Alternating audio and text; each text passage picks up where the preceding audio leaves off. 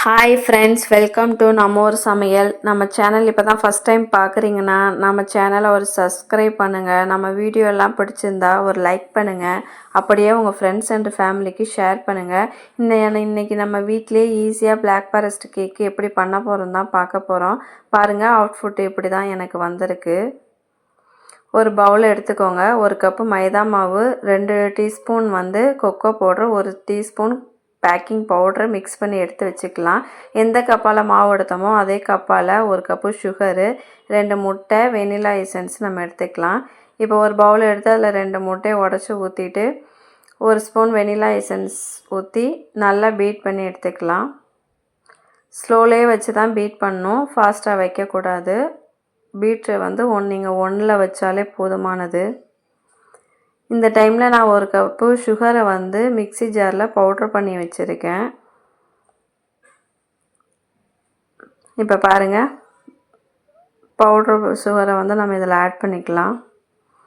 Add பண்ணி பீட்டரை வச்சு 1லேயே வச்சு ஸ்லோவாக மிக்ஸ் பண்ணி விடலாம்.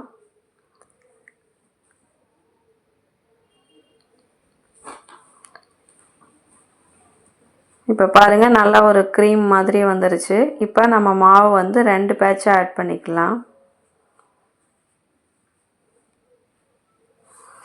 நான் இன்றைக்கி ஓவனில் தான் பண்ண போகிறேன். 180 டிகிரியில் 30 மினிட்ஸ் வச்சு எடுக்க போகிறேன். மாவு பார்த்திங்களா எவ்வளோ அழகாக ஸ்மூத்தாக வந்துருச்சுன்னு.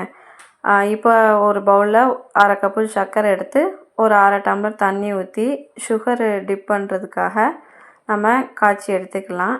அதுமாதிரி கொக்கோ சாக்லேட்டை இந்த ஸ்பூனால் நம்ம இப்படி துருவினோம் அப்படின்னா நல்ல ஒரு தேங்காய் துருவல் மாதிரி வந்திருக்கு பாருங்கள். இந்த மாதிரி நம்ம டெக்கரேஷன் பண்ணுறதுக்கு வேணும்.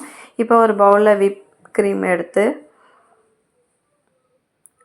ஆட் பண்ணிக்கலாம். அதில் 1 ஸ்பூன் வெனிலா எசன்ஸ் ஆட் பண்ணிவிட்டு கொஞ்சோன்னு பவுடர் சுகர் ஆட் பண்ணி பீட்டரை வச்சு 1லேயே வச்சு ரொம்ப நேரம் பீட் பண்ணணும். ஸ்லோவாகவே பண்ணணும். நல்லா ஸ்லோவாக பண்ண தான் நமக்கு இந்த மாதிரி ஒரு பெர்ஃபெக்டான க்ரீம் வரும். இங்கே பாருங்கள், நான் இப்போ எடுத்தால் கூட கீழே ஒரு சொட்டு கூட வடியலை. இதுதான் பெர்ஃபெக்டான கண்டிஷன். இப்போ கேக்கு ரெடி ஆயிடுச்சு. நான் கேக்கு பாருங்கள் எவ்வளோ ஸ்பான்ச்சாக இருக்குது பார்த்தீங்களா. நான் இப்போ கேக்கை ஒரு கத்தியால் 2 பார்ட்டாக கட் பண்ணி எடுத்துக்கிறேன்.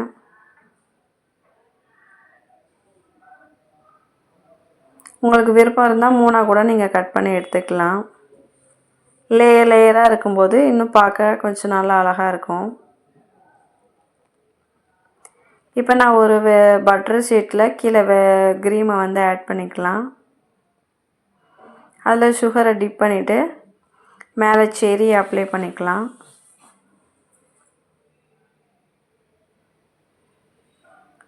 இப்போ திரும்ப நம்ம க்ரீம் அப்ளை பண்ணுறோம்.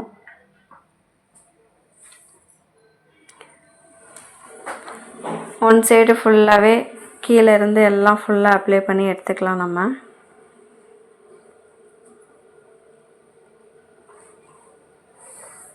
பாருங்கள், இப்போ நம்ம 2 லேயரும் வச்சு அப்ளை பண்ணி முடிச்சாச்சு. இப்போ நம்ம துருவி வச்சுருக்கிற சாக்லேட்டை மேலே அப்ளை பண்ணலாம். சைடு ஃபுல்லாக அப்ளை பண்ணிக்கலாம்.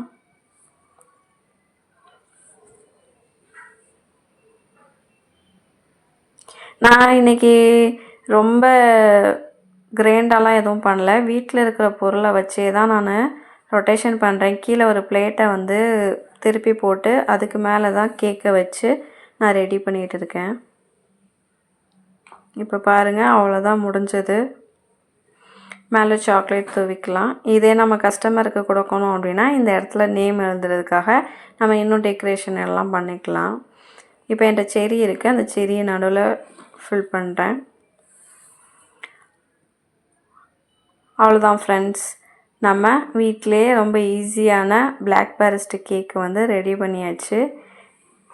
இந்த வீடியோ பிடிச்சிருந்தா ஒரு லைக் பண்ணுங்கள், சப்ஸ்கிரைப் பண்ணுங்கள், மறக்காமல் உங்கள் ஃப்ரெண்ட்ஸ் அண்டு ஃபேமிலிக்கு ஷேர் பண்ணுங்கள். வீட்டில் ஐசிங் பால் இருந்தது, சுகர் பால். ஸோ அதை நான் மேலே அப்படியே ஆட் பண்ணிக்கிறேன்.